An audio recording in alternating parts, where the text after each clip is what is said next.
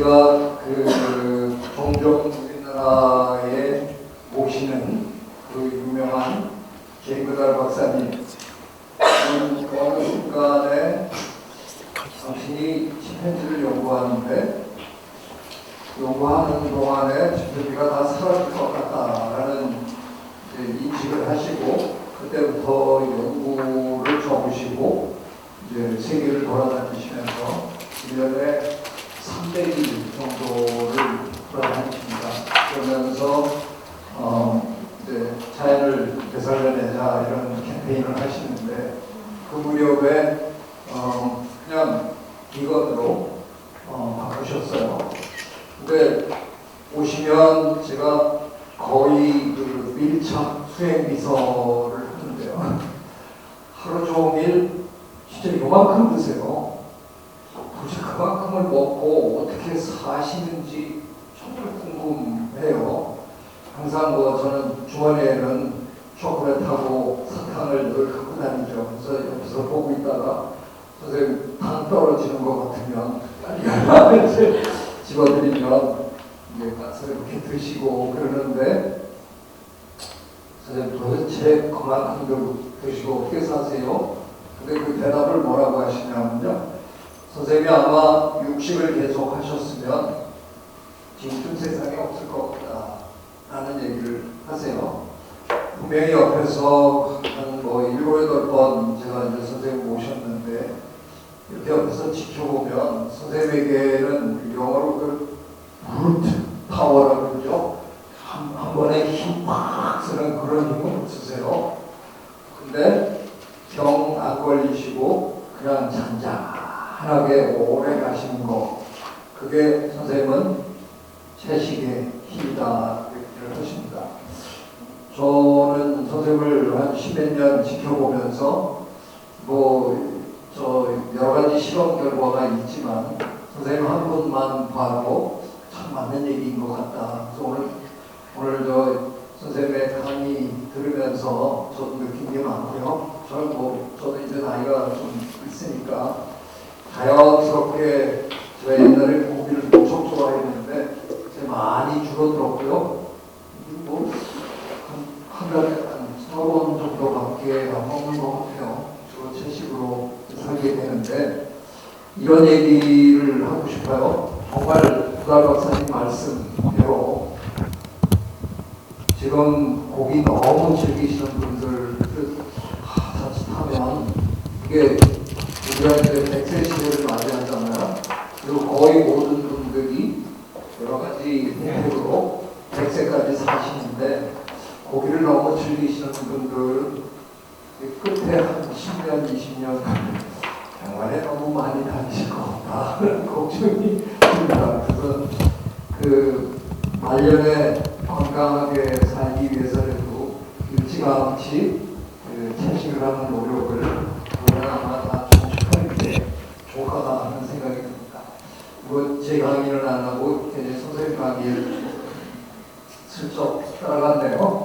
저는 오늘 기후변화와 생물 다양성에 관한 얘기를 좀 드리려고 왔습니다. 제목을 제가 주는 나무 이렇게 붙였는데요.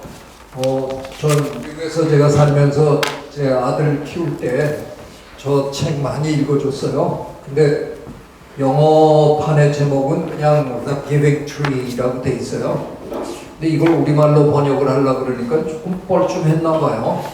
영어로는 그냥 The Giving Tree 그래도 전혀 이상하지 않아요. 근데 우리말로 그냥 주는 나무 뭔가 좀 허전해요. 그래서 번역하시는 선생님이 자기 마음대로 수식어를 하나 쓸 갖다 붙였는데 저는 우리말 제목이 더 좋아요.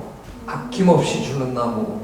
그렇죠. 나무는 우리에게 아낌없이 줍니다. 열매도 주고 다 주고 심지어는 그늘도 마련해주고 우리 온실기체도 나무가 많이 해결해주고 그리고 돌아가시면 또 우리한테 목재도 주시고 하여간 만약에 지금 이 클래스가 수능 준비 국어 시간이다 그러면 제가 이런 문제 내도 되잖아요. 여기서 나무가 비유하는 것은 1, 2, 3, 4 하는데 답은 자연 그러면 되는 거죠. 그래서 분명히 나무라고 이 작가가 나무를 선택했지만 여기서 얘기하는 건 자연에 대한 얘기를 하는 거잖아요. 자연은 우리에게 정말 아낌없이 주고 싶어 합니다. 그런데 최근에 제가 관찰하는 바에 의하면 자연이 우리에게 주고 싶어도 잘 못 줍니다. 자연에게 장애가 너무 많이 생겨서요. 아낌없이 주질 못해요. 근데 그 장애를 누가 만들었느냐? 수혜자인 우리가 만들어 놓고 우리가 지금 못 받고 있는, 참 생각해보면 지극히 어리석은 짓을 했다는 거죠. 그동안 그 환경 문제들은 다 국지적으로 벌어지는 문제였어요. 미나마타 병이라는 건 일본의 미나마타 현에서 바다에 수온 중독이 일어나서 기형아들이 탄생하던 거고요. 뭐 세계 곳곳에서 끊임없이 환경 위기가 닥치는데, 이거는 뭐 아프리카에서 벌어지면 그날 우리는 괜찮고 대충 그랬었어요. 그런데 어쩌다가 최근에 이게 전 지구적인 환경 문제가 탄생을 한 거죠. 기후변화는 국경이 없습니다. 저지르는 놈 따로 있고 당하는 놈 따로 있고 다 같이 당하고 뭐 이런 거죠.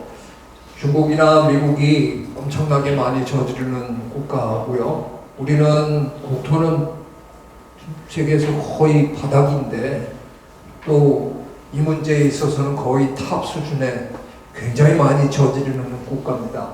우리가 이러고 있는 동안에 저 남태평양에 투발루, 뭐 통가 이런 나라들은 지금 그냥 속절없이 물에 잠기고 있는 거죠. 그 양반들은 참 생각하면 너무 억울할 것 같아요. 우리는 뭐 잘못한 게 별로 없는데 그냥 나라가 없어지는 거잖아요. 우리는 저 이웃나라 일본한테 나라 뺏겼던 거에 대해서 뭐 무지무지 억울해하는 사람들이에요. 실제로 우리가 잘못해서 뺏겼는데, 동남아시아를 여행하다 보면 동남아시아 국가들은 대개 식민을 겪었어요. 근데 우리만큼 이렇게 식민에 대해서 그냥 억울해서 못 견디는 나라 별로 없어요.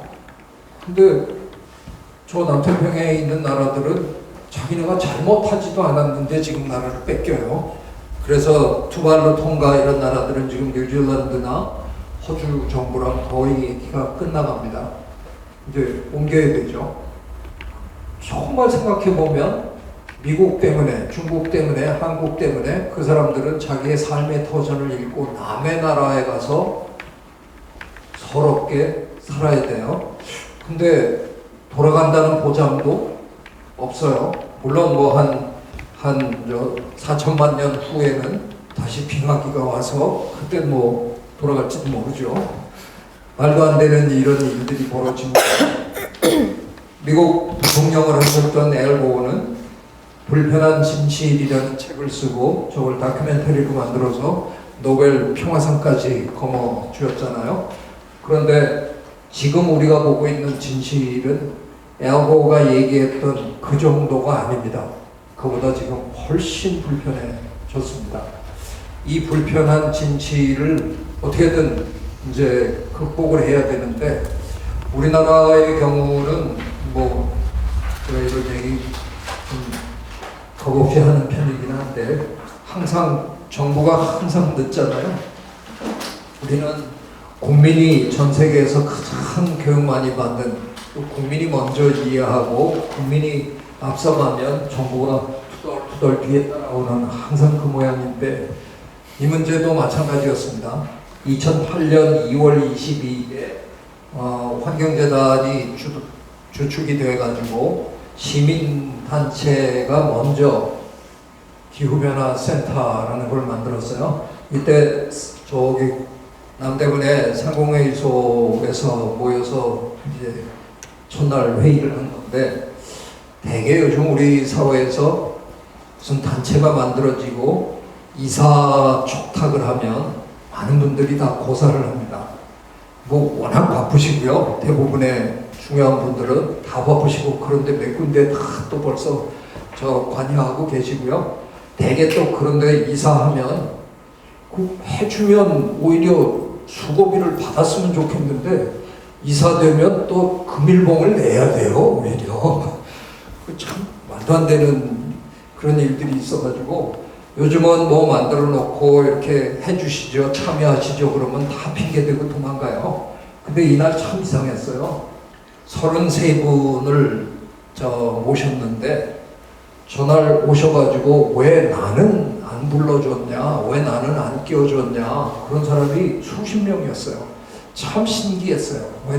근데 우리가 뭘 느꼈냐면, 기후변화는 여야가 따로 없고, 진보 보수가 따로 없고, 남녀가 따로 없고, 노소가 따로 없는 것 같더라고요. 이건 중요하다. 그래서 참여하고 싶어 하는 분들이 참 많았어요.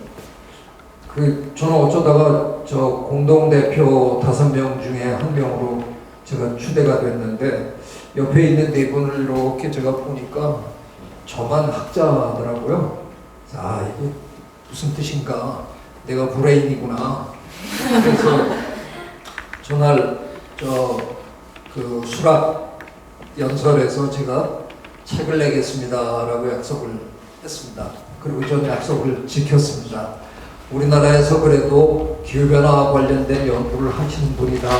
이때만 해도 2008년, 지금 11년 전이라서 아직도 우리 정부가 뭘 인정도 잘 안 하고 그러던 시절이라서 연구비가 그렇게 있었던 시절도 아니었어요.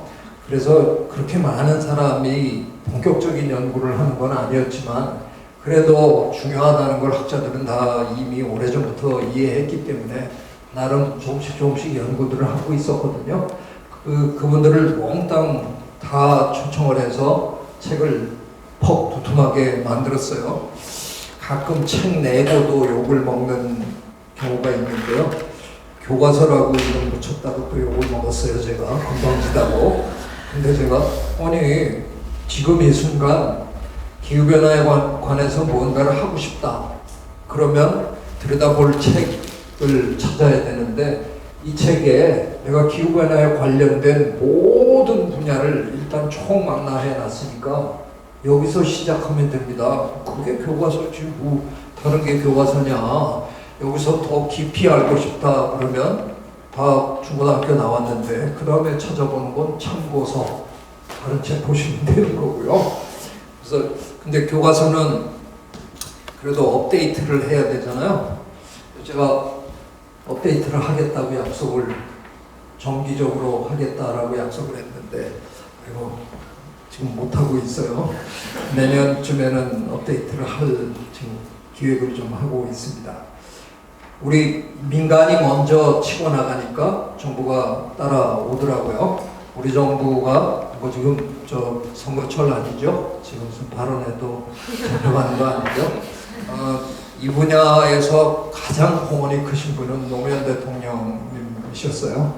노무현 대통령님은 그냥 법조문 조금 공부해서 고시하신 분인데 어떻게 그런 이해를 얻으셨는지 모르지만 자연에 대한 이해가 우리 역대 대통령님들 중에서 아주 탁월한 분이셨어요. 그래서 퇴임하고 봉화마을에서 직접 생태 하천 사업도 하시고 그러시던 분인데 노무현 대통령님 시절에 인천에 국립생물자원관이라는 기관도 만들어 주셨고요. 국립생태원도 그때 시작을 했습니다. 대한민국은 요즘 기후변화라든가 생물다양성이 국제적으로 굉장히 중요해졌기 때문에 정신 못 차릴 정도로 국제회의들이 많습니다. 저도 어쩌다가 그런데 참 자주 불려다니는데 가면 존경받는 나라입니다. 대한민국은.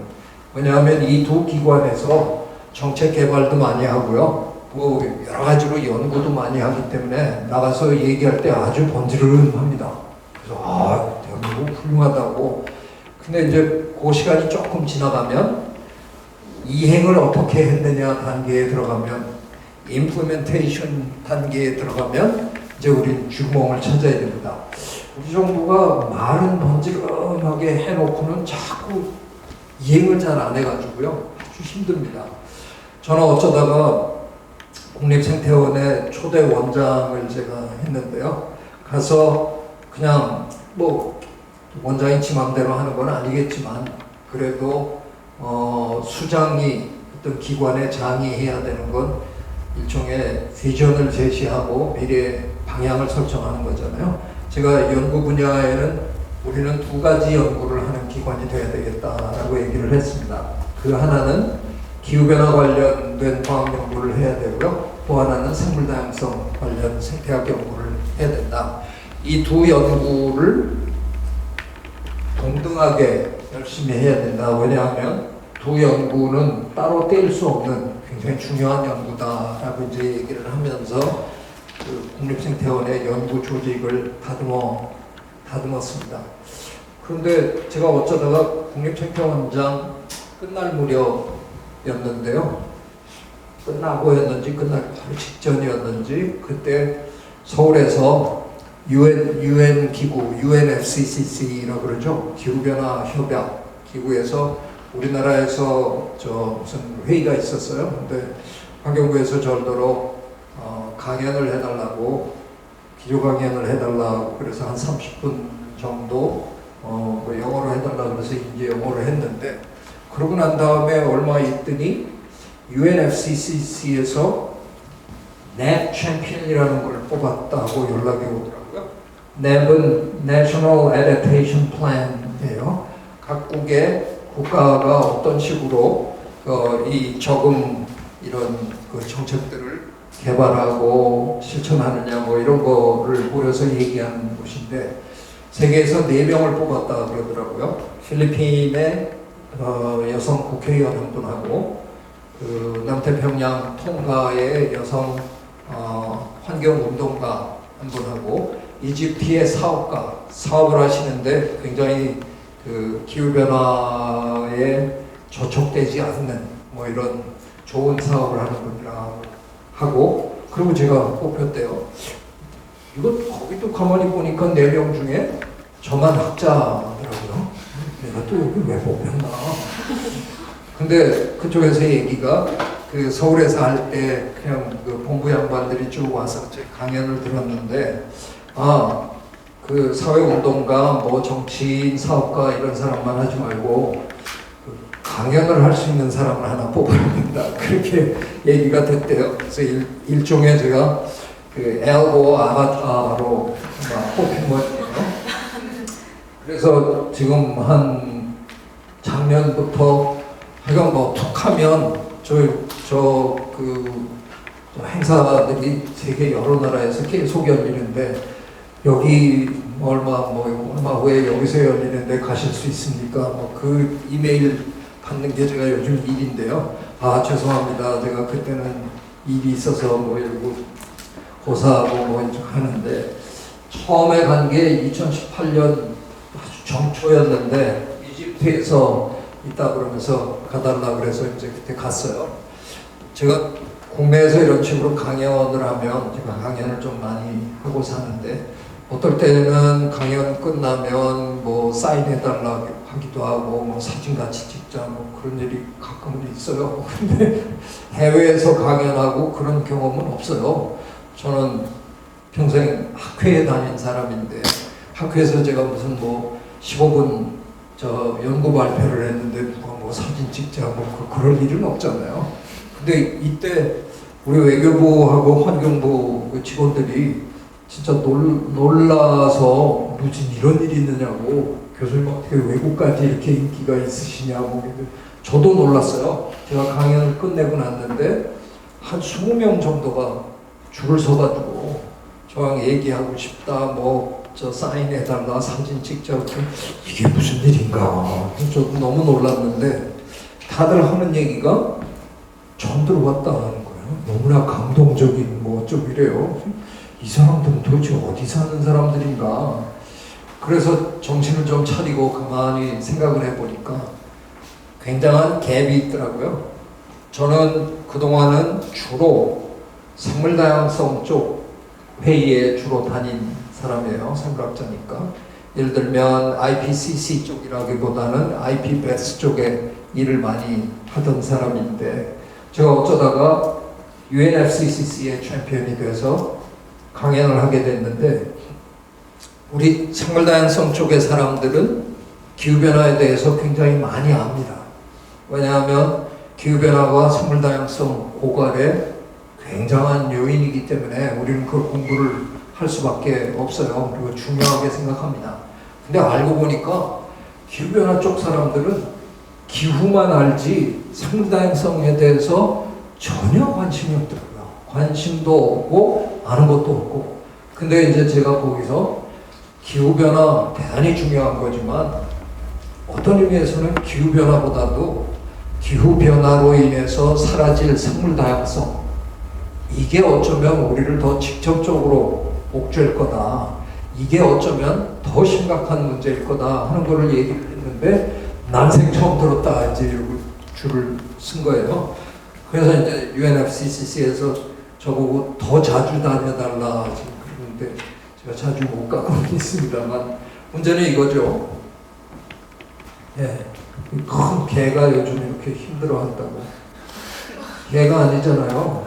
복공인데 그 빙하가 너무 많이 녹으니까 예전에는 물개 한 마리 잡아서 물 위에 푹 올라오면 거기 올라탈 얼음이 있었어요. 올라서 뜯어먹고 하면 되는데 이제는 한 마리 잡아서 올라와서 두리번거려 봐도 얼음이 안 보인다는 거죠. 조그만치 떠내려간 얼음 향해서 수영하다가 물에 빠져 죽는 거죠. 뭐 물고기가 아니니까 포유동물이니까 계속해서 물에 있을 수는 없는 거잖아요. 그래서 이 아이들이 요즘 바다로 나가지 않는다는 거죠. 동네 쓰레기통을 뒤지기 시작하는.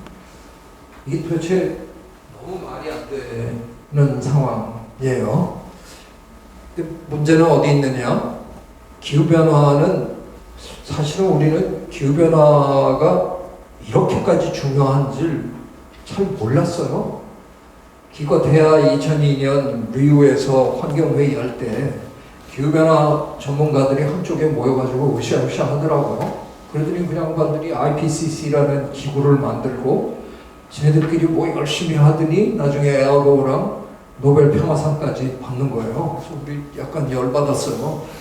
우리는 더 오래 저 얘기하고 모이고 그랬었거든요. 근데 우리 눈앞에서 나중에 들어온 애들이 뭘 열심히 하더니 상을 받는 거예요. 그래서 우리도 이제 저 IPS라는 IP까지는 슬쩍 베끼고 하는 거예요. 나중에 우리도 혹시 노벨상 받을 수 있나. 문제가 어디 있느냐 하면 그나마 기후변화는 알리기가 쉬웠어요. 생물다양성 고갈은요, 저 같은 사람이 이런 얘기를, 이런 사진을 보여줘야 이제 느낌이 오시는 거고요. 저녁 뉴스 시간에 만일 북극곰이 이래서 사라지고 있습니다라는 뉴스를 들으시면 저 참 어떡하냐, 큰일 났네. 근데 그 뉴스 30초만 지나가거든요. 바로 넘어가서 뭐 송송 커플이 다시 헤어진다거나 뭐 이러면 그 북극곰은 그냥 새카맣게 잊어버려요. 전혀 기억 못합니다. 우리가 학교 갈 때, 우리가 퇴근할 때 우리 눈앞에서 북극곰이 빠져 죽어야 그래야 뭔가가 올 텐데 그게 안 되니까 기후변화는 먼저 얘기하시거든요. 피부로 다 느끼시거든요. 야, 내가 이 동네에 40년 살았는데 이런 놈의 날씨는 처음이다. 이렇게 먼저 얘기하세요. 그럼 우리 그 옆에서 그냥 한마디만 하면 돼요. 기후변화입니다. 그럼 그러게 날씨가 옛날 같지가 않아. 금방 이해했어요. 기후변화는. 그래서 기후변화는 인식까지 가는데 굉장히 쉬웠어요. 그래서 뭔가 해야 되겠다는, 물론 미국이 제일 협조가 잘 안 돼서 그렇긴 하지만, 그래서 저도 그 국립생태원에 미션을 이렇게 만들어 놓고 세계적인 생태학 연구를 바탕으로 자연환경의 보존과 생태 문화 확산을 도모하여 지속 가능한 미래 구현에 기여한다. 지속 가능한 미래라는 거에 여러분이 좀 생각을 해 주셔야 돼요. 뭐 어느덧 우리는 지속 가능성이라는 표현을 뭐 거의 일상 용어처럼 많이 사용합니다. 그런데 안 믿어지시겠지만 처음 그 지속 가능성 개념이 우리나라에 들어올 때는요, sustainability라는 단어보다는 Sustainable Development라는 표현으로 들어왔어요. 그거를 번역하는 과정에서 지속 가능한 개발, 처음에 그랬어요. 그랬더니 어떤 분이 지속적으로 개발하자라고 이해를 하셔가지고, 그래서 또 이렇게 얘기하면 안 되는데, 그래서 지속 가능한 발전, 약간 조금 뭐 이해들을 못 하시는 분이, 지금 제가 이렇게 얘기하면 설마 그러실 거예요. 그런데 그걸 진짜로 이해 못 하는 분들이 너무 많으셨어요. 제주도가 그 국제도시로 만들어지는 과정에서 제주도청이 국제도시를 만들겠다 합시고 발표한 그거에 보면 골프장을 50개를 만드는 기획이 있었습니다. 과연 그 좁은 섬에 골프장을 50개나 만들면 어떡하나 그래갖고 그 기자가 질문을 했었는데, 제가 그걸 방송을 기억하는데, 아니 어떻게 이렇게 많이 만드실 건가요? 그런데 그 국장님이 나오셔가지고, 저희는 뭐 환경 친화적으로 만들 거기 때문에 걱정 안 하셔도 됩니다. 근데 그게 원래 정해진 질문지에 있었던 질문 같지는 않아요. 환경 친화적으로 골프장을 어떻게 만들까 아마 이 사회자가 궁금했었던 것 같아요. 그래서 실례지만 환경 친화적인 골프장은 어떤 골프장입니까? 그 국장님의 답이, 저희 청정 자연에 가장 가깝게 만드는 거예요. 환경하고 친하게 이렇게 만드는. 환경 친화적이라는 것도 이해 못 하시는 분이 많았어요. 참 어려운 이런 일들입니다. 지속 가능한 미래를 이제 구현하기 위해서는 인식 자체부터 이제 달라져야 되는 거죠. 그냥 객단, 제가 너무 강연에 꽂혀 있으면 안 돼서 그냥 우스갯소리 하나 할게요. 저는 평생 대학에서 보직도 한 번 안 해본 사람인데요. 보직 해봐야 학장, 처장 이런 거 해봐야 다른 교수님들 연구 잘하시고 교육 잘하시라고 전문 용어로 따까리 하라는 거잖아요. 제가 좀 얌체거든요. 아니 미쳤냐 내가 그런 걸 하게. 그래서 그냥 참 요청은 많이 받았는데 늘 핑계대고 제 것만 하고 그야말로 제 연구만 하고 제 책만 쓰고 제 강의만 하고 잘 먹고 잘 살았어요. 근데 어떻게다 말년에 제가 국가기관에, 그것도 신설기관에 초대 원장을 하려니까 행정 경험이 전 꽝인데 너무 힘들었어요. 가장 웃겼던 그 장면이 뭐였냐면, 지금도 생각하면 이렇게 얼굴이 막 타오르는데 보고를 하더라고요. 그 신설기관이기 때문에 미션도 정해야 되고 비전도 만들어야 되고 핵심 가치를 만들어야 된대요. 그래서 그래요? 그럼 이제 보고 받았어요. 그날 관사에 가서 며칠 밤을 밤잠을 설치면서, 이런 걸 좀 좋아하거든요. 저 말 만드는 거를 좀 좋아하거든요. 그래서 제가 통속도 꺼내놨지, 뭐 인생이 뭐자, 뭐 저기 그런 걸 좀 좋아해가지고 이것도 열심히 혼자 만들었어요. 한 열흘 정도 고생해가지고 어느 날 회의 시작하는데 안건에 있었던 것도 아닌데 마이크 잡고 제가 지난 한 열흘 동안 그 핵심 가치에 대해서 곰곰이 좀 생각을 해봤는데요. 이러고 이제 말문을 여는데 교영본부장이 옆에 앉아 있다가 마이크를 꽉 잡더라고요. 원장님 안 됩니다. 그러고요. 제가 이건 3년 동안 제일 많이 들은 말이 원장님 안 됩니다. 뭐가 안 돼요? 용역 나가는 건데요. 이걸 용역을 준대요. 그 기관 이름에 무슨 생산성, 뭐 능률 이런 말 들어가 있는 그런 기관들이 우리나라에 있거든요. 그런데다가 3천만 원을 주고 우리 기관의 핵심 가치, 미션, 비전 그걸 만들어 달라고 용역을 내보내는 거래요. 그런 걸 내가 알았나? 얼마나 뻘쭘해요. 내가 만들었다고 이제 막 얘기하려고 그러는데 용역 나간다고 그러니까 예. 맞습니다. 오늘 회의 시작하시죠. 이러고 이제 지나갔어요. 근데 한 달쯤 됐는데 중간 보고 하겠다고 온 거예요. 그 딱 화면에다가 국립생태원 핵심 가치 그리고 딱 올렸는데 소월성, 터월성, 무슨 성, 무슨 성, 성자 돌림으로 단어 4개를 딱 올려놨더라고요. 미치겠네. 손 들었더니, 원장님 질문 있으세요? 그거 왜 LG화학 걸 우리한테 가져오셨어요? LG화학 거 아닌데요? 삼성전자 줘 보세요. 좋아하겠네. 소월성 싫어하는 놈의 기관이 어디 있어요? 저 옆에 저 농협 갖다 줘봐요. 좋아하겠는데. 어느 기관이나 다 들어맞는 그런 거 말고 얘기 안 해줘도 한 10명 중에 서너 분은 야, 그 국립생태원 핵심 같이 하면 참 좋겠다. 그렇게 만들어달라고. 시작하자마자 제가 찬물을 확 끼얹어가지고 뭐 회의도 보고도 잘 못하고 짐 싸고 갔어요. 2달이 지나도 안 갖고 오네. 그래서 어느 날 그거 어떻게 됐는지 좀 알아보시라고. 오후에 보고가 들어오는데 반납하겠다 그러는데요. 원장님이 도대체 뭘 원하시는지 자기들은 감이 안 잡혀서 못하겠다. 오, 자기도 받아오라고. 내가 만들어 놨잖아요. 받아오라고. 근데 금방 또 감사실장이 그냥 헐레벌떡 들어오더니 원장님 안 됩니다. 뭐가 또 한 거예요. 원장님 이게 기관평가에서 감점받을 일이고요. 잠깐 원장님 감사받으십니다. 왜요? 국민의 세금으로 사업을 집행을 했거든요. 근데 그게 반납됐다. 그럼 이건 실패한 거기 때문에 일단 감점당하고요. 그 과정에 무슨 비리가 있었나 뭐 어쩐다.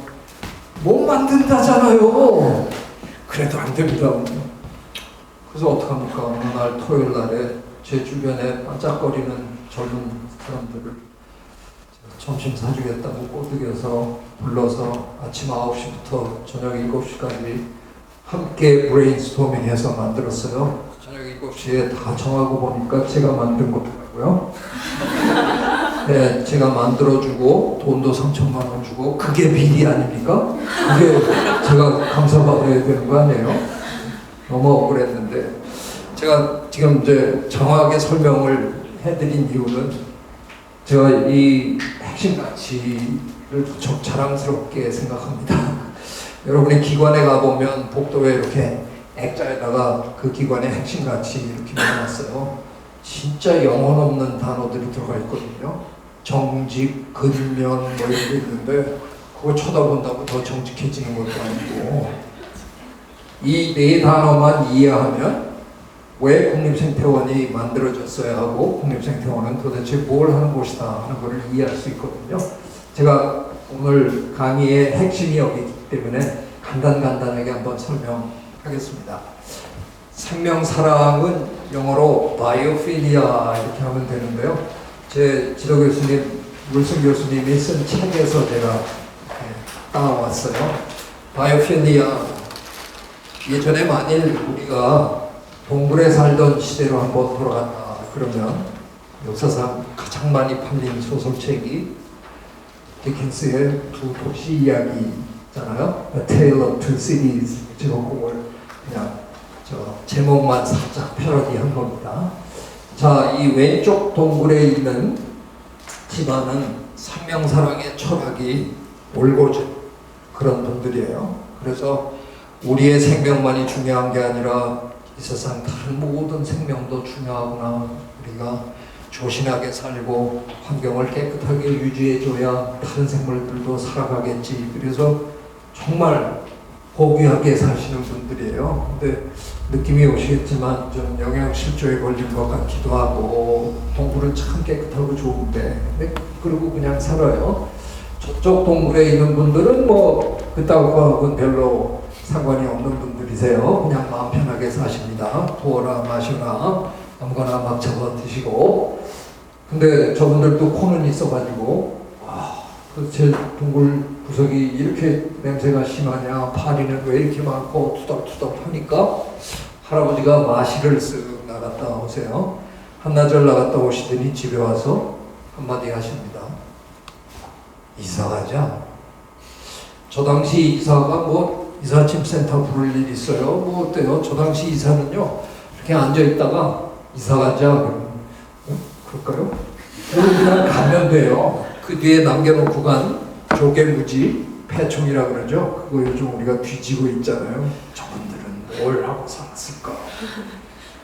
저 할아버지가 저 집안이 여기 살고 있었는데 요 동굴 쳐주셨대요. 더 크고 좋대요. 그래서 그냥 다 이사 갔어요. 문제는 이제는 더 이상 이사 갈 동굴이 없다는 겁니다. 저 오늘 왜 이렇게 노무현 대통령님 얘기를 이렇게 자주 하나. 노무현 대통령님 돌아가신 지가 10년이 됐는데 노무현 대통령님이 저 공약 중에 하나가 수도를 옮기시겠다는 공약이 있었어요. 그래서 지금 세종시가 생긴 거 아니에요? 생각은 좋은 생각이셨어요. 이 서울이 수도로 기능하기에는 너무 복잡하니까 계획도시를 하나 하겠다 하신 거였는데 생각은 좋으셨는데 실행성은 별로 없었던 거죠. 근대 역사에 그 행정도시를 만들어서 성공한 나라가 없어요. 다 거의 다 실패했거든요. 그래서 결국은 지금 뭐 세종시 저 공무원들 툭 하면 서울에 와야 되고 이거 왔다 갔다 난리잖아요. 그래도 성공하려면 저 여의도 계신 분들을 쫓으면 되는데 저분들만 세종시로 가면 상당히 많이 성공할 텐데 그러면 안 갈라 그러겠죠. 우리가 어떻게든 저 양반들을 좀 세종시로 쫓아내면 되는데 제가 지금 나라 꼴이 너무 말이 안 되는 것 같아서 제가 지금 대선을 준비하고 있습니다. 아씨 분위기 안 좋네. 안 할게요. 걱정하지 마세요. 농담이었어요. 노무현 대통령님은 수도를 옮겨주시겠다라는 공약을 세우셨는데 저는 나라를 옮겨주겠다는 공약을 내가 내세울 작정이에요. 그냥 캐나다로 다 가서 한 분 앞에 5에이커씩 제가 땅을 다 드리겠습니다. 저를 안 찍으면 바보죠. 무조건 전 당선되게 돼 있어요. 이제 대통령이 됐잖아요. 근데 할 줄을 알아야지. 어떻게 해야 되나, 누굴 시켜야 되는지도 전 몰라요. 아마 뭐 비서실장을 시키기로 하죠. 그 트루도 총리한테 연락하세요. 내년에 우리가 가겠다고. 이게 말이 됩니까? 이제는 우리가 옮겨갈 동굴이 없습니다. 우리는 너무나 성공한 동물이라서요. 이제는 우리가 살고 있는 바로 이곳에서 어떻게 하면 사람답게 살고 더 중요한 건 우리 후손들도 적어도 우리가 자연으로부터 누렸던 것만큼은 누릴 수 있게 해주자. 그게 바로 지속가능성이라는 거죠. 지속가능성은 그렇게 단순한 개념입니다. 우리가 누렸던 것만큼 우리 아이들도 누리게 해주자 하는 겁니다. 다양성은 뭐 너무나 당연히 국립생태원의 핵심 가치가 되어야 됩니다. 다양한 사회가 좋은 사회다, 뭐 다양한 목소리가 존재해야 된다 얘기들을 많이 하시는데 왜 그래야 되는데요? 라고 물으면 답을 잘 못하세요. 왜 다양해야 되는데요? 제가 오늘 생물학자로서 그 답을 한번 여러분에게 드려보겠습니다. 강의 시간에 뭐 조는 얘기가 아까 자꾸 나오는데, 제 강의에선 졸다간 큰일 납니다. 제가 카프카의 변신 첫 대목으로 끌고 갑니다. 깨어나 보니 갑충이 되어 있었다. 이렇게 변신 시작하잖아요.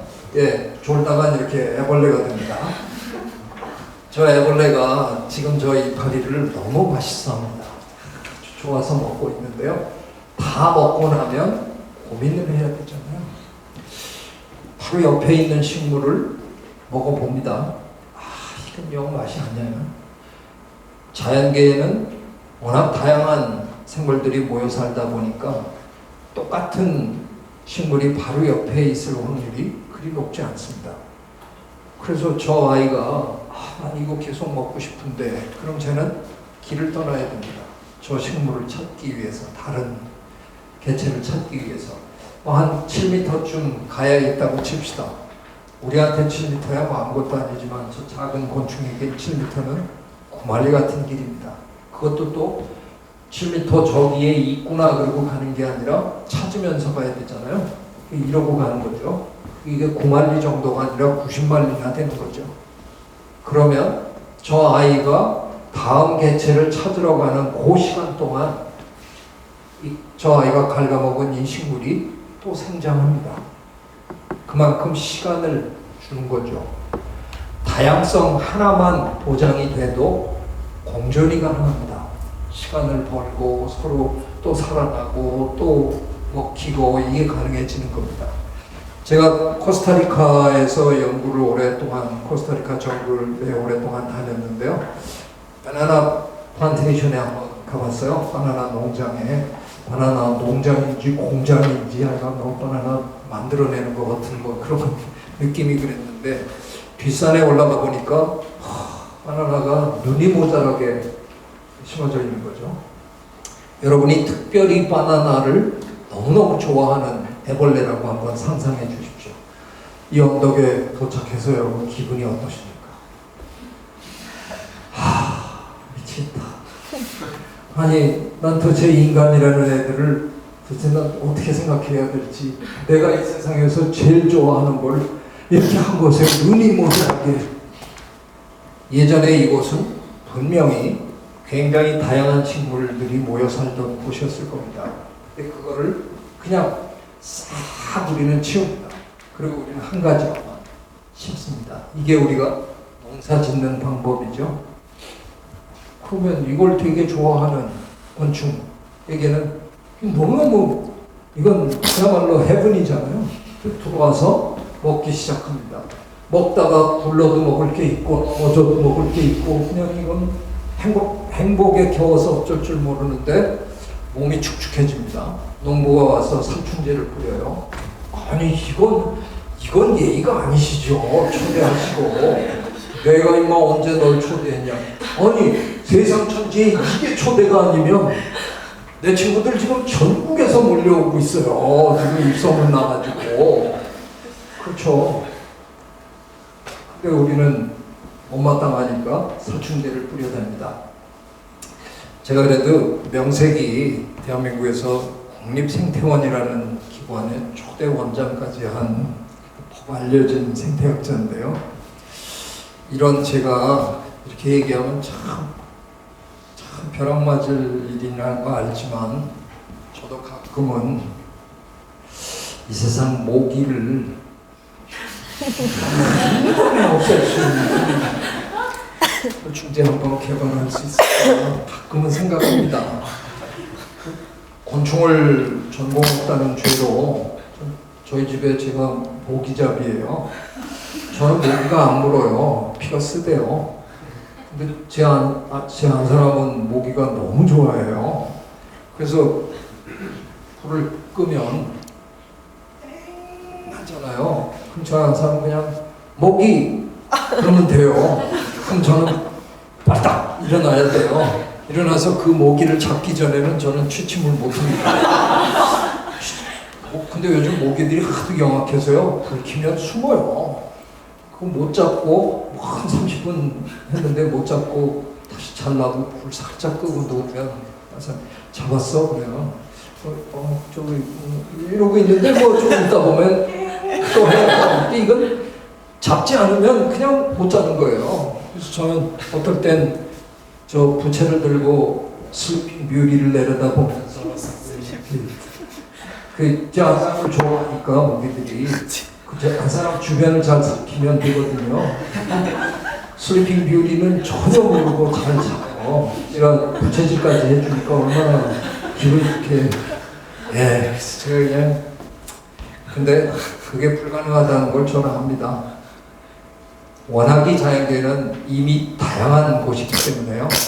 한 번에 모든 걸 말살할 수 있는 그런 방법은 거의 없습니다.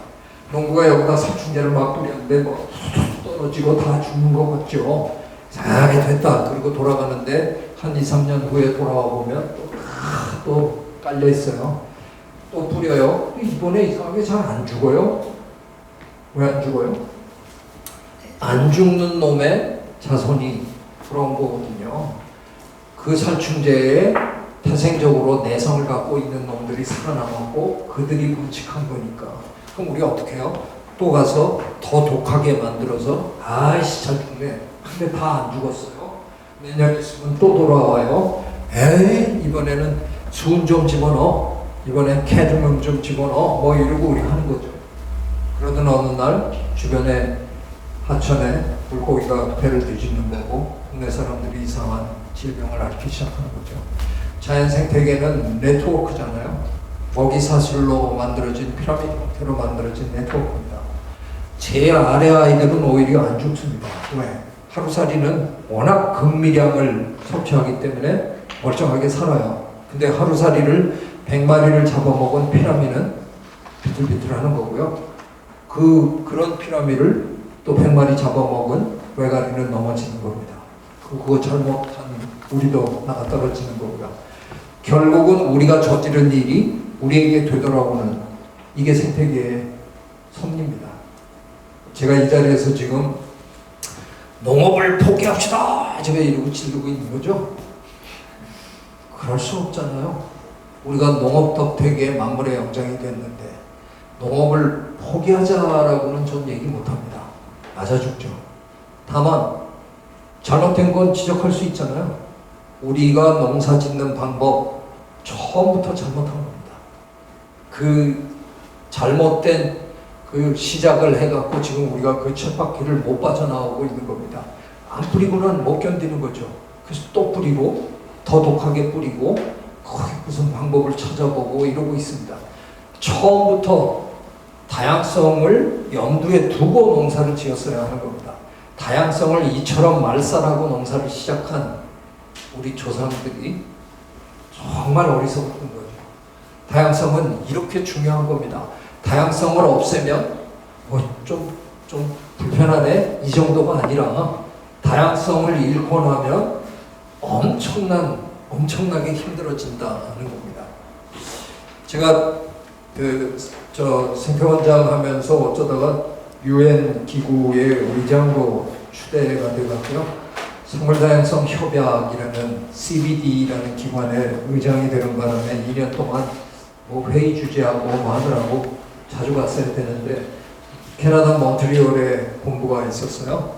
한 번에 갔다가 시차 적응을 못 해가지고 그래도 좀 잡아야지 그리고 불 끄고 잡으려고 그 다음날 아침 일찍 또 회의 주재해야 되니까 잘라 그랬는데 도저히 잠이 안 오더라고요.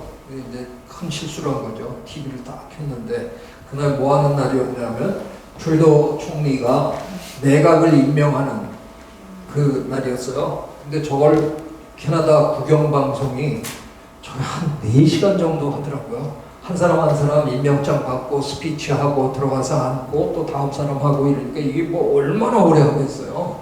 근데 그걸 그냥 전부 생중계를 하더라고요. 그게 공영방송이 해야 되는 일이잖아요. 요즘 우리나라 KBS, MBC는 같이 드라마로 경쟁하려고 그러고 뭐 예능 프로그램으로 경쟁하려고 그러고 제가 얼마 전에 강원도 산불 하고 난 다음에 KBS에 좀 높은 양반한테 제안했었어요. 우연히 만나서 이런 거 한번 해보시죠. 강원도에 세계인들이 깜짝 놀랐다는 거 아니에요. 전국의 모든 소방대원들이 그냥 강원도로 다 모여가지고 그냥 밤새고 며칠 밤 내에 진압했잖아요. 캘리포니아에서는 산불 난 거를 8개월을 질질 끌었어요.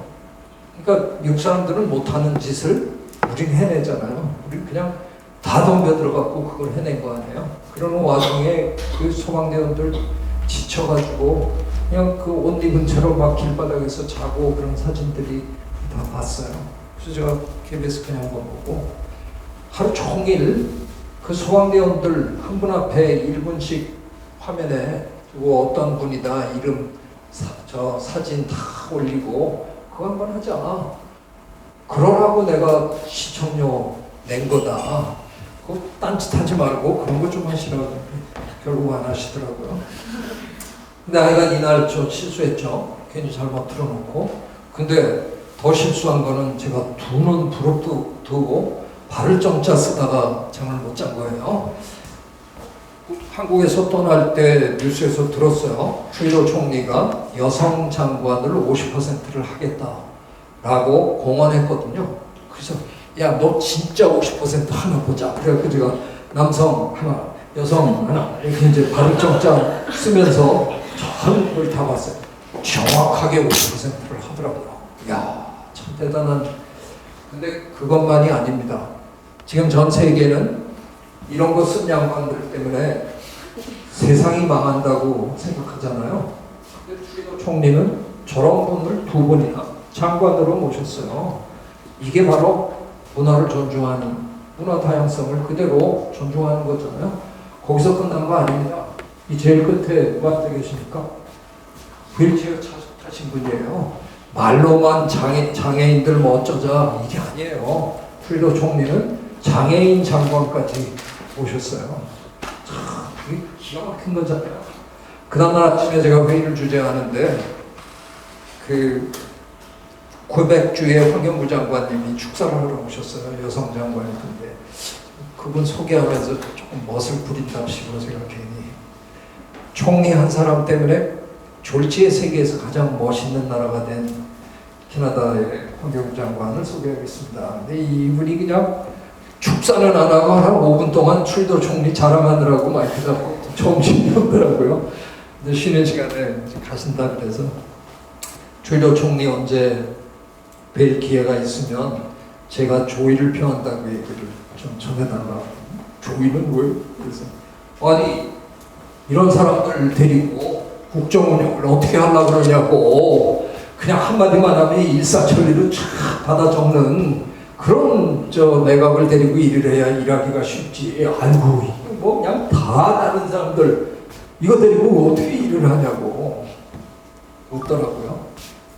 근데 저 그날 이 중계방송 보면서 제가 좀 남자치고 눈물이 워낙 많기도 하지만 참 그때 제가 생각해도 이건 조금 병 아닐까 싶었는데 이 방송 보다가 제가 추고 울었어요. 혼자 그 큰 호텔방에 남의 나라 호텔방에 앉아서 남의 나라 내가 뭐 그거 하는 거 보면서 짜고 있는 제가 심하긴 하던데 저는 평생 자연의 다양성을 연구하는 사람입니다.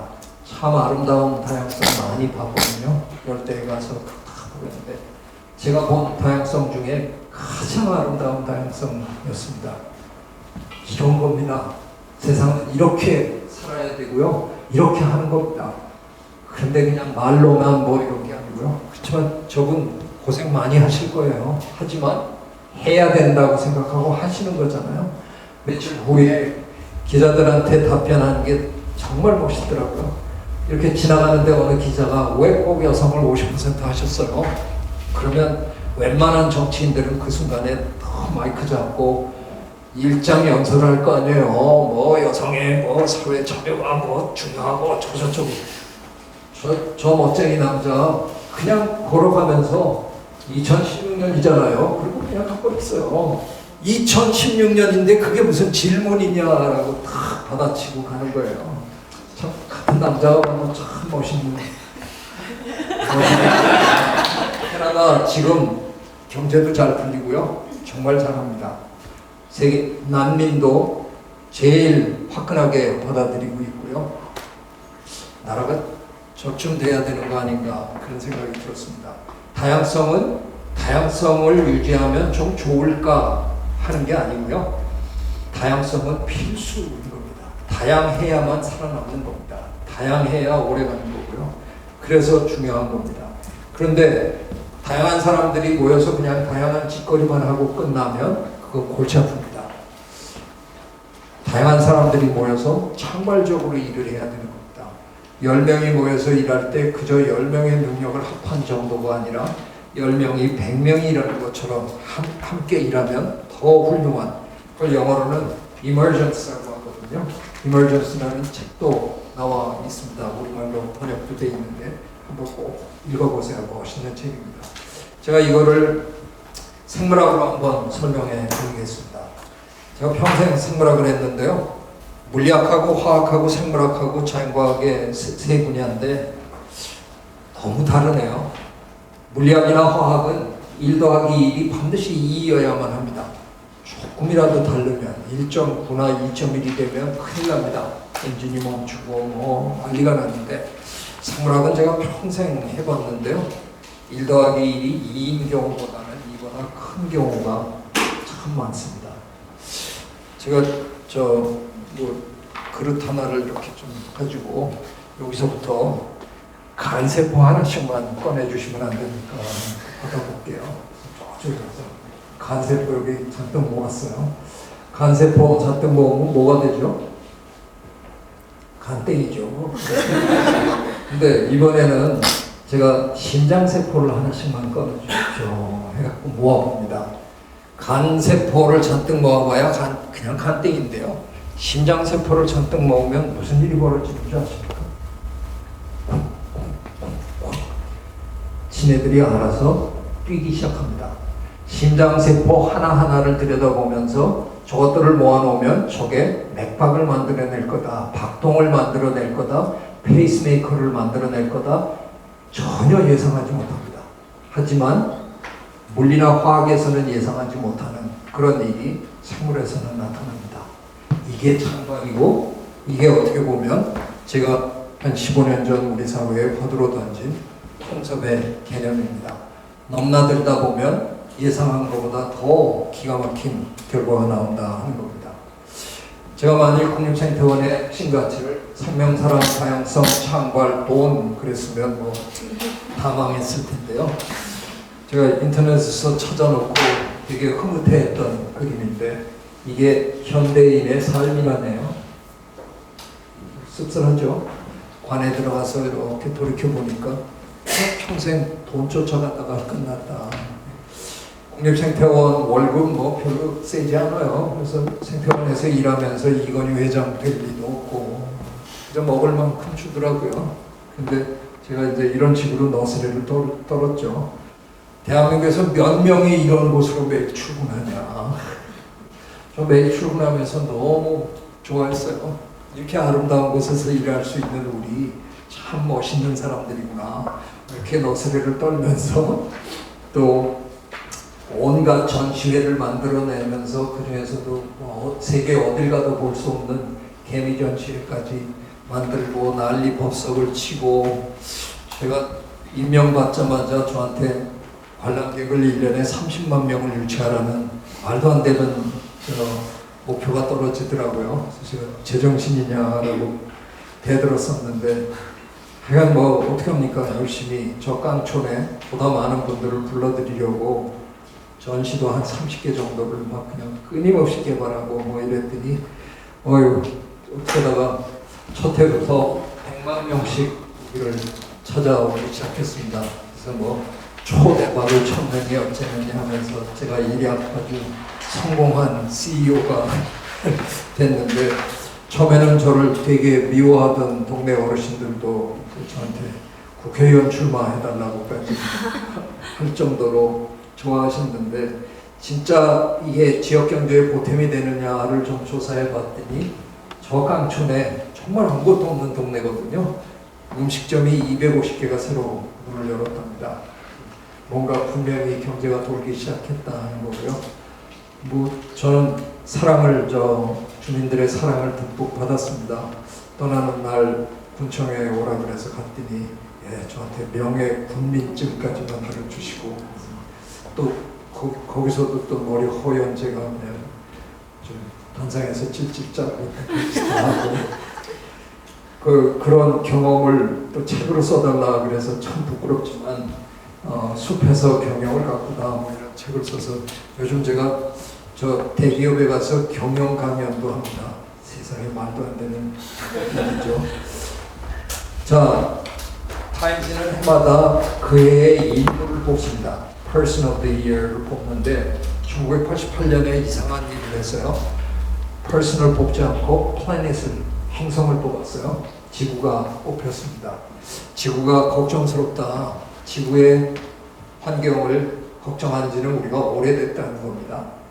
그런데 아까도 제가 얘기 드린 대로 이게 너무나 거대한 환경 문제가 터진 거죠. 기후변화는 정말 우리 인류가 이렇게 경험했던 환경 문제 중에는 가장 거대한 문제입니다. 거듭 강조하지만 그 그게 중요한 게 아니라, 물론 기후변화가 중요하죠. 하지만 그거보다는 더 먼저 우리를 옥죄를, 그거는 생물다양성의 고갈일 겁니다. 아인슈타인 선생님이 얘기했다고 소문이 잘못 난, 그러나 뭐 얘기하셨어도 참 멋있었겠다. 꿀벌이 사라지면 4년 안에 인류가 멸종할 거다라고 말씀하셨다. 그런데 지금 실제로 꿀벌이 사라지고 있잖아요.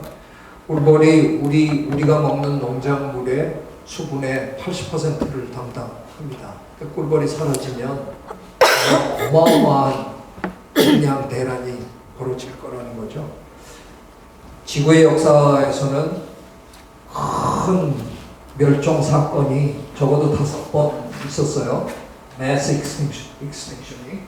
그 5번 제일 최근에 벌어진 게 6,500만 년 전에 카리브해에 운석이 떨어져가지고 공룡들이 다 죽어나갔던 그때죠. 지난 이 5번의 대절멸 사건들은 전부 천재지변하고 관련이 있습니다. 운석이 쳤거나 화산이 폭발했거나 지진이 일어났거나 뭐 이런 건데, 지금 저희들은 제6의 대절멸 사건이 벌어지고 있다고 생각합니다.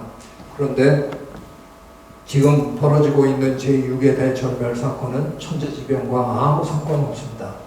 지구의 거의 막둥이격으로 태어난 호모사피엔스라는 영장류 한 종이 장난질 하는 것 때문에 벌어지고 있는데요.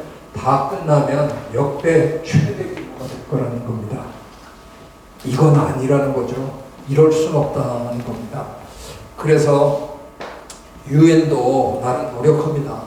유엔이 해마다 그 해 무슨 해라고 정하고 열심히 하잖아요. 2010년을 국제 생물다양성의 해라고 정하고 나름 열심히 해봤는데, 아까 제가 말씀드린 대로 이놈의 생물다양성 문제는 인식 차원부터 어려워요.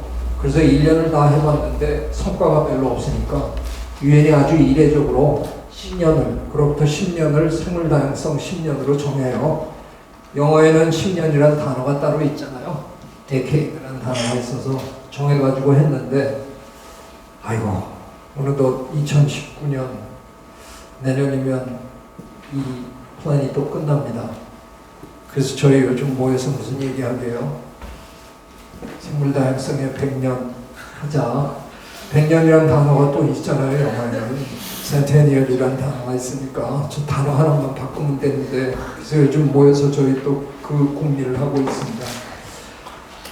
기후변화 관련 회의에서는 참으로 오랫동안, 이번 세기 동안 지구의 평균 온도 상승을 2도 미만으로 잡아보자, 그리고 열심히들 모였습니다. 메르켈 총리가 열심히 설명을 해도 저 못 알아듣는 남자들이 뭐 있잖아요. 근데 이때 우리 생물 다양성 연구하는 사람들은 걱정이 태산이었어요. 2도씨 가지고도 합의를 못 보는 저 상황을 저희는 받아들일 수가 없는 거예요. 왜냐하면 2도만 올라가도 생물 다양성의 절반이 사라질지도 모른다는 게 저희들의 예측이거든요. 그래서 끊임없이 아닙니다 열심히 떠들었더니 와, 작년에 이런 어마어마한 일이 있었습니다. 지금 IPCC의 수장이 우리나라 분이죠. 이회성 박사님이 IPCC의 지금 디렉터입니다. 여러분이 아실지도 모르는 정치인 이회창 씨의 동생이시죠. 예. 형님보다 훨씬 훌륭한 일을 하고 계십니다. 1.5도로 낮추는데 성공하셨습니다. 설득해서 1.5도, 2도 가지고도 지금 합의가 안 되는데 1.5도 대단한 일이죠. 너무 죄송합니다. 저희는 근데 또 떠드네요. 1.5도도 아닙니다. 그거보다도 더 낮춰주셔야 됩니다. 예, 지금 상황이 이렇습니다. 아까 제가 최인구달 선생님 얘기 잠깐 드렸는데요. 구달 선생님이랑 제가 손잡고 한 5년 전에 생명다양성 재단이라는 걸 만들었어요.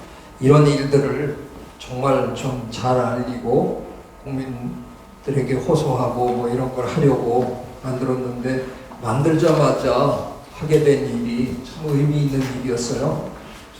서울대공원에 붙들려서 돌고래 쇼를 하던 제돌이라는 돌고래를 바다로 돌려보내자. 아까 선생님도 박원순 시장님 얘기를 하셨는데, 예, 이게 박 시장님이 그래도 저질러 준 일입니다. 제가 농담으로 그러죠. 시장 됐는지 잠시 까먹으셨나?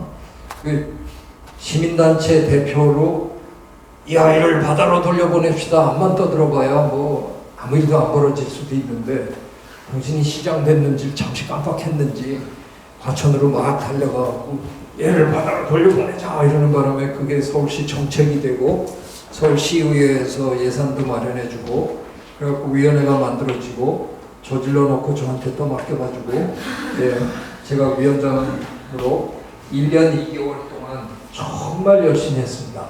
이건 요만큼이라도 실수하면 앞으로 이런 일 대한민국에서 절대로 못할 것 같아서 정말 모든 걸 꼼꼼하게 살피고 했는데 정말 너무너무 고맙게 완벽하게 성공했습니다. 지금 저 아이들 바다에 나와서 잘 살고 있습니다. 저는 또 주책같이 이 나이에 또 돌고래 연구를 시작하고 싶어서 제돌이의 등지느러미에 번호를 새겨줬습니다. 저 라디오 트래킹 하는 거 달아주기는 했는데요. 저 아무짝에도 쓸모없어요. 제가 알거든요. 저거 달고 인공위성을 한 두세 개를 동원을 하면 좌표를 찍을 수가 있는데요. 인공위성 겨우 하나 어떻게 해봐야 내 눈앞에 있는데 여기는 5스퀘어에 가 있는 거로 나오더라고요. 이 오차의 범위가 너무 심해서 아무짝에도 쓸모없고요. 저것도 배터리가 1년을 못 가기 때문에 다시 잡아야 돼요. 쟤를 잡아서 배터리 갈아줘야 되는데 그건 불가능한 일이에요. 제가 저 하도 달아달라고 그래서 그냥 형식적으로 달았고요. 전 번호를 매겼습니다. 지금 제주 바다에 한 120마리 정도 살고 있거든요. 저는 120번까지 다 지금 달 생각으로, 뭐냐면 저는 사회행동을 연구하는 사람이라서요. 현장에서 구별이 가능해야 됩니다. 저희 사실 120마리 전부 구별합니다. 등지느러미를 보고. 근데 나중에 자료 사진을 비교해서 아는 거지 현장에서 예 불가능하거든요. 근데 저거 참 어려웠는데 시민단체 반대가 너무 심해서 저게 동물학대라고 자꾸 그러는 바람에 하여간 뭐 독재를 좀 제가 해서 밀어붙였는데 지금은 잘했다고 합니다. 왜냐하면 지금 제주도에 가시면 돌고래 생태 관광이 아주 활성화되어 있어서요. 나가서 볼 수 있는데 생태 해석사가 제가 저 1번 안 달아줬으면 뭐 기껏 할 수 있는 얘기가 옆에 돌고래 막 튀어오를 때 여러분 이 중에 제돌이가 있을지도 모릅니다. 뭐 그런 얘기밖에 못할 텐데 그럴 필요 없습니다. 1번 말고 튀어오르는 거 100m 전방에서도 보입니다. 제가 이따만하게 새겨줬거든요. 한 마리가 저 1번 날고 튀어오르면요 진짜 그 배전 난리 납니다. 그냥 사람들이 전부 제돌이다 제돌이다 소리 지르고 어떤 분은 만세 부르고 상당히 많은 어른들이 눈물을 흘리십니다. 그 감동을 억누르지 못하고요. 제돌이가 자연의 대사 역할을 정말 잘해주고 있습니다. 저희가 5마리를 내보냈는데요. 그 중에 3마리가 암컷이었어요. 삼파리, 춘삼이, 어떻게 여성 이름을 그렇게 지어놨는지 복순이는 여성 이름 같은데 그 3마리가 다 새끼를 낳아서 기르고 있는 게 확인이 되고요. 이거를 내셔널 지오그래피에서 세계 최초였다라고 대서특필해 주는 바람에 세계 최초였을 리는 없습니다. 사실은 돌고래 많이 풀어줬고요. 근데 아까도 말씀드린 대로 다른 나라에서는 돌고래 풀어주면 중바다로 나가서 못 찾아요. 인공위성 동원해봐야 말짱한 일이거든요. 우리나라 돌고래는요 한 놈도 지난 10몇 년 동안 제주도를 떠난 놈이 없습니다. 그냥 제주도를 뱅글뱅글 돌면서 삽니다. 그래서 우리도 나가서 돌다 보면 반드시 만납니다. 그래서 우리는 확인을 한 거고요. 이거 내셔널 지오그래픽 웹사이트에 올라간 날 절반은 이거였고요. 절반은 일본에서 돌고래 죽이는 장면을 내셔널 지오그래픽에서 일부러 같이 올렸어요. 댓글들이 장난이 아니었습니다. 선진국, 대한민국, 후진국, 일본 뭐 해갖고 난리였는데요. 예, 저희 완벽하게 성공했습니다. 붙들려 있던 동물을 야생으로 돌려보냈는데 그 아이들이 나가서 번식에까지 성공했다. 지금 전 세계에서 돌고래, 범고래, 흰고래 다 풀어주는 지금 일들이 활발하게 진행 중인데 저희 프로토콜을 지금 사용합니다. 왜냐하면 완벽하게 성공했다라는 게 내셔널 지오그래픽으로 알려지는 바람에 제가 이제 강의 마치겠습니다. 마치기 전에 한마디만 여러분에게 하고 마치려고 합니다. 제 강의를 들으셨으니까 저하고 약속 하나만 해주십시오. 지금부터 살면서 죽기 전까지 수족관에 가야 되는 날이 오면 뭐 가족이랑 갈 수도 있고 하잖아요. 반드시 검색을 해주십시오. 뭐 검색 쉽잖아요. 그 수족관에 돌고래가 있거나 흰고래가 있거나 우리나라 지금 제일 높은 건물에 흰고래가 있습니다. 국제 기준 맞췄다 그러는데 물이 너무 이게 낮아가지고요. 그 흰고래가 너무너무 힘들어합니다. 2마리 들여왔는데 1마리 이미 죽었고요. 흰고래가 있거나 범고래가 있거나 그러면 제발 가지 말아 주십시오. 그러면 그 기관들이 망하면 저한테 전화할 겁니다. 저는 제가 죽기 전에 이 세상에 시설에 있는 모든 고래들을 다 풀어주고 죽으리라 선언했습니다. 우리나라에 아직도 38마리나 있습니다. 시설에. 그 아이들 바다로 보내야 합니다. 그 아이들은 그런데 가둘 수 있는 아이가 아닙니다. 여러분이 이른 봄에 올챙이 논에서 이렇게 몇 마리 퍼갖고 어항에다가 기르다가 뒷다리 나오면 풀어주겠다. 그건 제가 용서할게요. 올챙이는 모릅니다. 자기가 잡혀왔는지 그 정도의 인지 능력이 없습니다. 그러나 돌고래는 압니다. 자기가 잡혔다는 거 알아서요. 이 세상 시설에 있는 모든 돌고래는 다 우울증을 앓고 있습니다. 게다가 걔네들은 하루에 100km 정도를 유영하는 동물인데 우리가 만들어 놓은 수조는 뭐 그렇게 큰 게 아니잖아요. 휙 가다 보면 앞에 벽이 있죠. 돌아야죠. 벽이 있죠. 돌아야죠. 계속 이러고 삽니다. 나중에 넓은데 내놔도요. 한동안 그 사이즈로 계속 돕니다. 이게 뭐 하는 짓입니까? 게다가 돌고래는 초음파를 내보내고 그게 물체에 반사돼서 돌아오는 걸로 피해 다니고 물고기도 잡아먹고 하는 겁니다. 그런데 콘크리트로 만들어 놓은 수조에서 한번 초음파를 내보내면요. 그게 계속 부딪혀서 귀로 계속 돌아옵니다. 사람이 겪는 병 중에 가장 지겨운 병 중에 하나가 이명입니다. 귀에서 소리 나는 병. 이 세상 모든 시설의 돌고래들은 전부 이명을 앓고 있습니다. 그 아이들이 하고 있는 모든 묘기는요, 우리가 가르쳐 준 건 1도 없습니다. 걔네들이 기분 내키면 자연에서 다 하는 짓입니다. 딱 우리가 한 건 뭐냐? 이따가 돈 내신 분들이 들어올 거거든? 그때 내가 호루라기 부르면 네가 안 하면 넌 오늘 저녁 없어. 그 토막 생선 하나를 받아먹기 위해서 걔들이 그냥 뛰는 겁니다. 자살은 인간만이 할 줄 아는 걸로 저희 동물행동학자들 사이에는 합의가 있습니다. 몇 년 전에 미국의 시설에서 돌고래 1마리가 자살했습니다. 자살이 아니라고는 다른 거는 설명하기 너무 힘들어요. 물 밑에 내려가서 안 올라오길래 뛰어들어가서 막 밀어 올리고 하는데 그냥 그만두겠다고 하더라는 겁니다. 이놈의 한많은 삶, 나 그냥 접고 말겠다 라는 표현이었다는 겁니다. 도대체 누가 우리에게 그런 권한을 줬습니까? 저분이 주셨나요? 저분이 주셨다 그러면 저분이 이제부터 인정 안 하려합니다. 여러분은 지금 천만인 시대가 돼서 강아지 기르고 뭐 이러고 계시죠? 이 세상 모든 다른 집 강아지는 다 못났어도 내 강아지는 최고로 머리 좋잖아요. 이해하고 거울 좀 줘봐요. 하루 종일 짖어요. 거울 안에 있는 게 자기인 줄 몰라가지고. 이 세상에 거울 안에 있는 물체가 자기라는 걸 아는 동물은 몇 안 됩니다. 인간, 침팬지, 영장류 몇 종, 코끼리. 우리 인간 아기도 적어도 10개월은 지나야 그 안에 있는 게 자기인 줄 압니다. 돌고래는 8개월만 지나면 압니다. 돌고래는 그냥 거울 갖다 주면 그 안에 비친 게 자기인 줄 그대로 아는 동물입니다. 그런 기가 막힌 동물을 가둘 수 있다? 우리에게 그런 권한 없습니다. 그들은 바다에 있어야 되고요. 그들을 보고 싶으면 우리가 바다로 찾아가면 됩니다. 그분들을 아련하러 우리가 가면 됩니다. 제주도에 가면 물상 볼 수 있어요. 배 안 타도 됩니다. 올레길 돌다 보면 보입니다.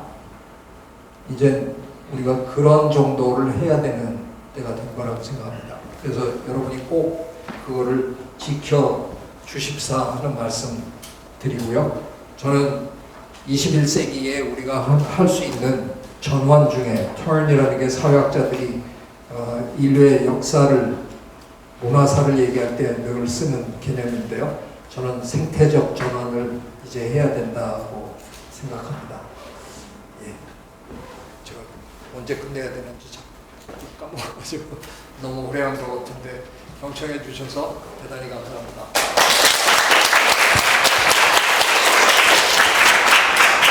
저희가